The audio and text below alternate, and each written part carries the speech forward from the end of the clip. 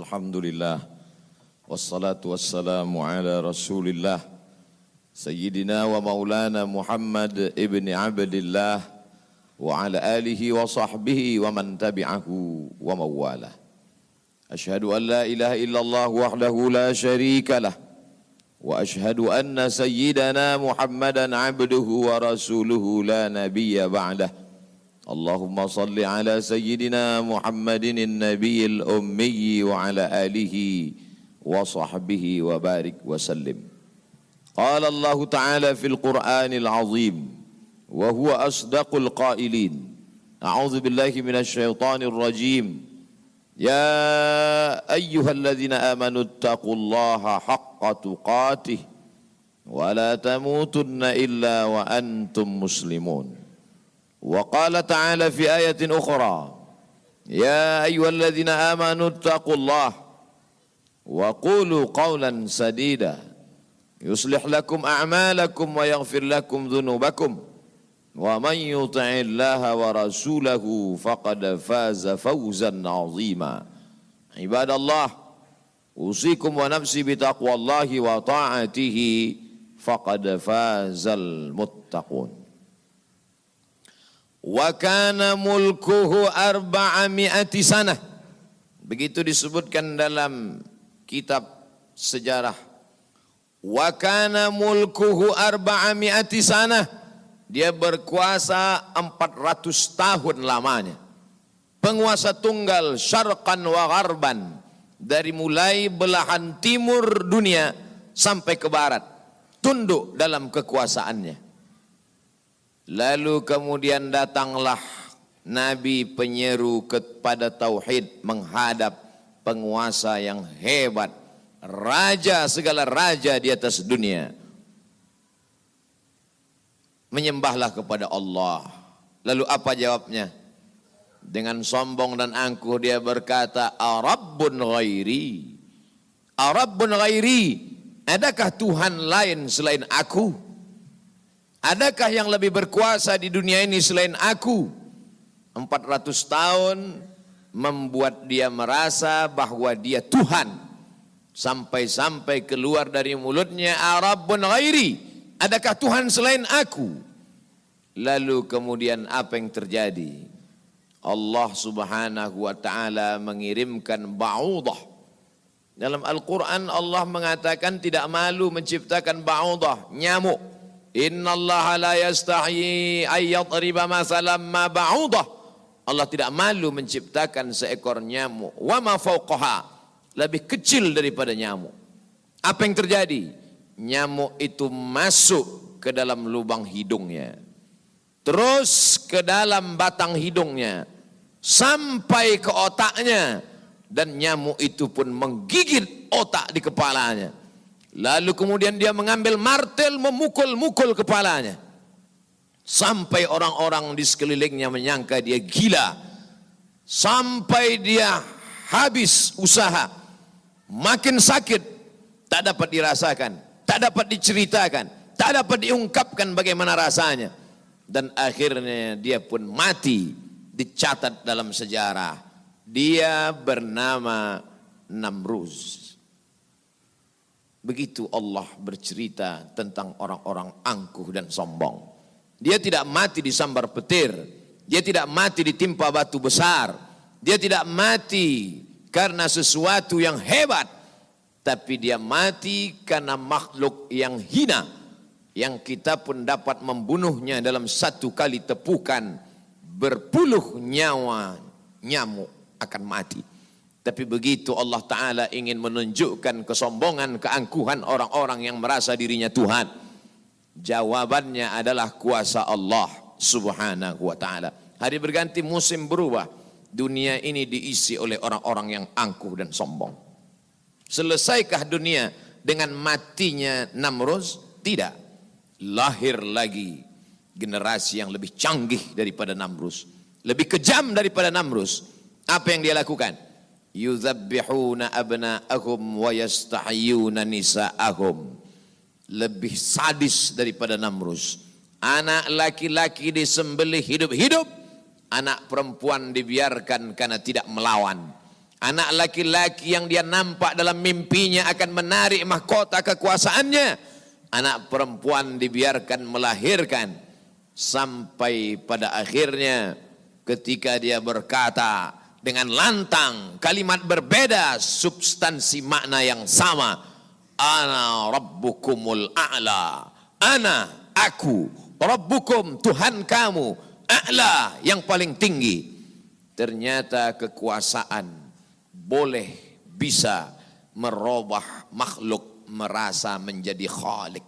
Orang kalau sudah terlalu lama berkuasa, melihat manusia tertunduk-tunduk ketakutan, maka berubah dalam dirinya, berkata, kaulah yang paling berkuasa, engkau adalah Tuhan.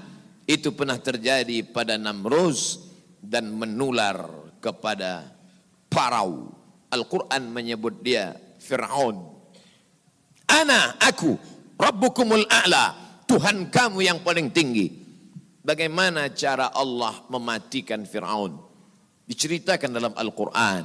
Falamma adrakahul gharaqu, ketika dia tenggelam di tengah laut merah, masuk air itu ke dalam tenggorokannya dan masuk ke dalam lehernya, terus ke dalam dan masuk ke dalam paru-parunya.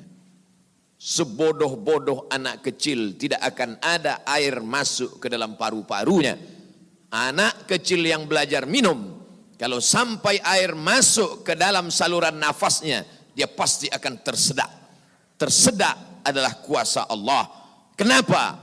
Karena ada saluran nafas, ada saluran minum. Udara tidak akan mungkin diisi air, karena kalau sampai air masuk ke saluran udara, maka hancurlah paru-paru. Allah ciptakan satu kuasa bernama tersedak. Tersedak adalah kuasa yang paling ringan. Anak kecil yang tak ada daya upaya pun pasti akan tersedak. Tapi Allah ingin menunjukkan kepada Fir'aun, jangankan untuk menggenggam dunia, jangankan untuk membunuh Musa, jangankan untuk mengejar Bani Israel, untuk tersedak pun kau tak kuasa. Wahai Fir'aun, apa yang terjadi? Fir'aun mati. Kenapa Allah mematikan Fir'aun dengan air? Kenapa tidak dengan batu? Kenapa tidak dengan petir yang menggelegar? Mengapa dengan air? Karena dulu bayi yang tak berdaya itu dihanyutkan ke tengah air.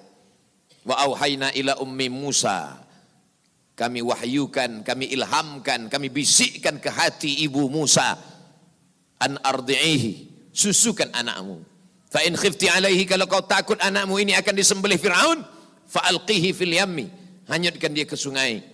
La takhafi, jangan kau takut, wala tahzani, jangan kau sedih, inna radduhu ilaiki, kami akan mengembalikannya kepada engkau sesuai dengan cerita yang kami kehendaki. Wa ja'iluhu minal mursalin, dan kami akan menjadikan dia salah satu daripada rasul yang kami pilih. 5 di antara rasul itu, salah satunya adalah Musa alaihi salam. Musa, bayi yang tak berdaya, dicampakkan ke laut, dicampakkan ke sungai Nil, selamat.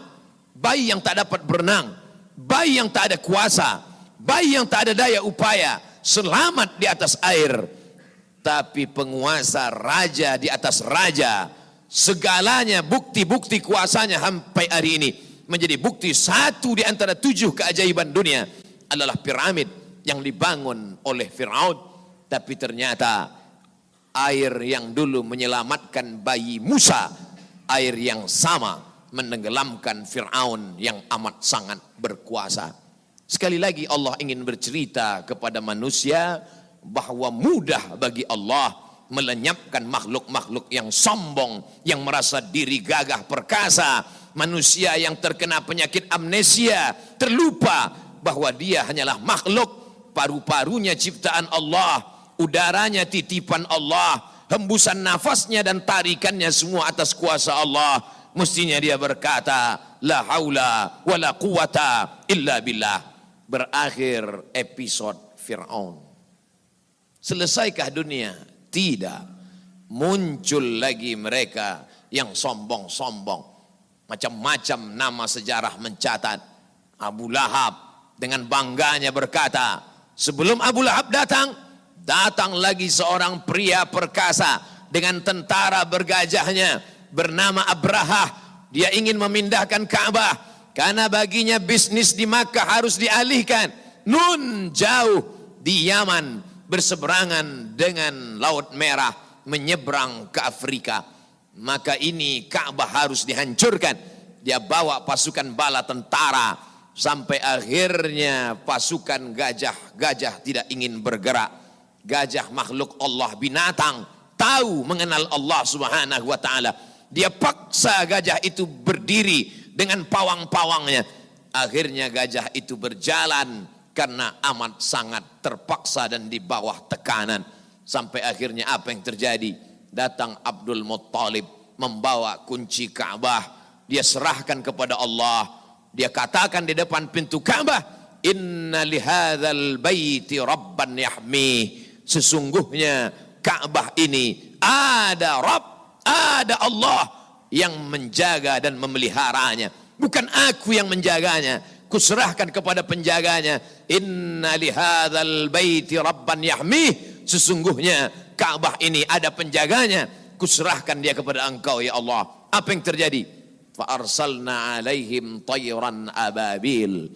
Kami kirimkan kepada mereka burung ababil yang dibawanya tarmihim, melontar, melempar mereka pasukan Abraha bergajah bihijaratin, dengan batu-batu min sijil, yang dipanaskan di atas api neraka. Apa yang terjadi pada pasukan Abraha? Faja'alahum ka'asfim ma'kul. Mereka seperti daun-daun yang dimakan ulat. Tahun peristiwa itu terjadi disebut dengan Amul Fil, tahun gajah, tahun kelahiran Sayyidina wa Maulana Muhammad sallallahu alaihi wasallam. Hari berganti, musim berubah, isi dunia sebenarnya itu-itu saja, namanya berbeda, tapi sebenarnya makhluknya itu-itu saja. Dia pernah bernama Namrus, dia pernah bernama Fir'aun, dia pernah bernama Abraha. Selesaikah dunia? Belum. Dunia terus berlanjut, melahirkan makhluk-makhluk. Ada yang rendah hati dan tawadu, ada yang zuhud dan ridha, ada yang mencari kemuliaan Allah, ibtigha'a mardatillah. Tapi ada yang dititipkan harta dan kuasa. Pertama dia merasa dia punya, lama-lama dia merasa alam semesta pun bersimpuh sujud di kakinya. Karena dia lihat tidak lagi ada orang yang berani mendongakkan kepala, tidak lagi ada yang berkuasa, tidak ada lagi yang berani bersuara keras, lantang, semuanya ketakutan. Sampai akhirnya dia berkata dalam hati, aku adalah penguasa jagat raya. Kemana mereka semua? Mati. Ketika penguasa-penguasa dunia modern dengan kecanggihan teknologi berkata, kami bisa menangkal gempa. Gempa sebagaimana apapun kuatnya bisa kami atasi.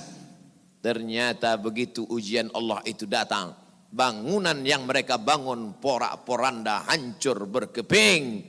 Datang lagi satu penguasa berkata, kami yang paling banyak jumlahnya di atas dunia, kami yang bisa menguasai alam semesta.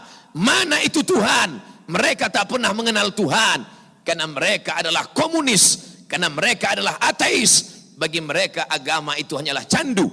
Orang yang terkena narkoba bagi mereka sama dengan orang yang dimabuk oleh agama.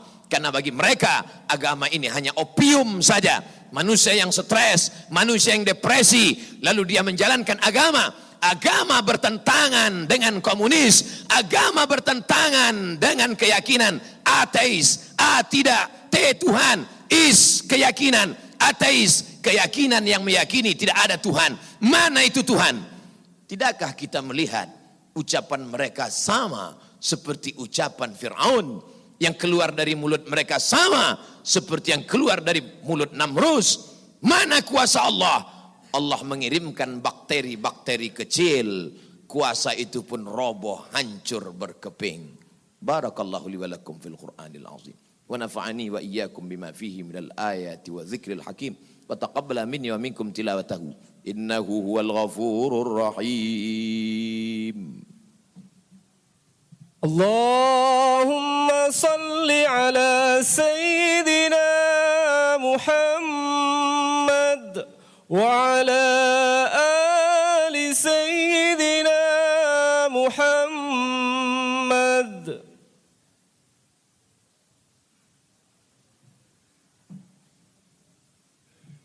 Alhamdulillahilladzi bini'matihi tatimmus salihat.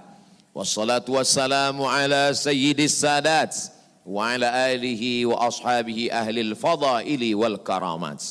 Asyhadu an la ilaha illallah wahdahu la syarika lah wa asyhadu anna sayyidana Muhammadan abduhu wa rasuluh wa safiyuhu min khalqihi wa khaliluh addal amanah wa ballagha risalah wa nasaha lil ummah wa tarakana 'alal mahajjatil bayda lailuha kanahariha la yazighu anha illa halik.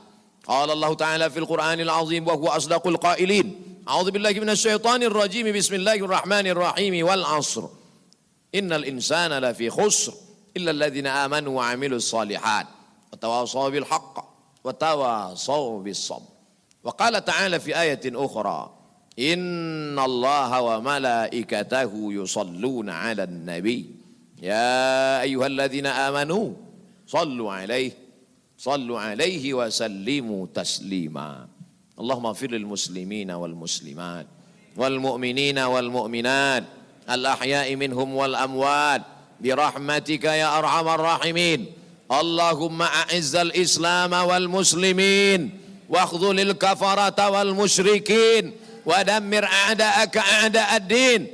اللهم انصر إخواننا المجاهدين المستضعفين في فلسطين.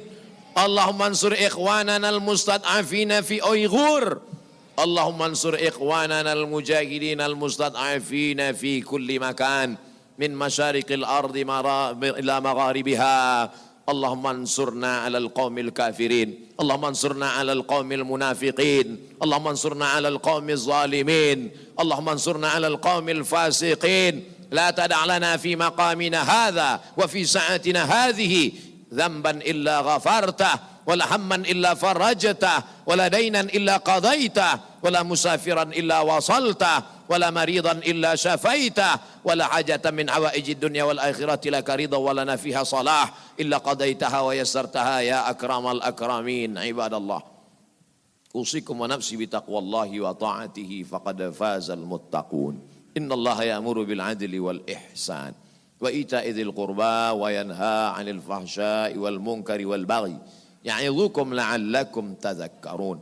فاذكروا الله العظيم يذكركم واسألوه من فضله يعطيكم ولذكر الله أكبر والله يعلم ما تصنعون. أقم الصلاة.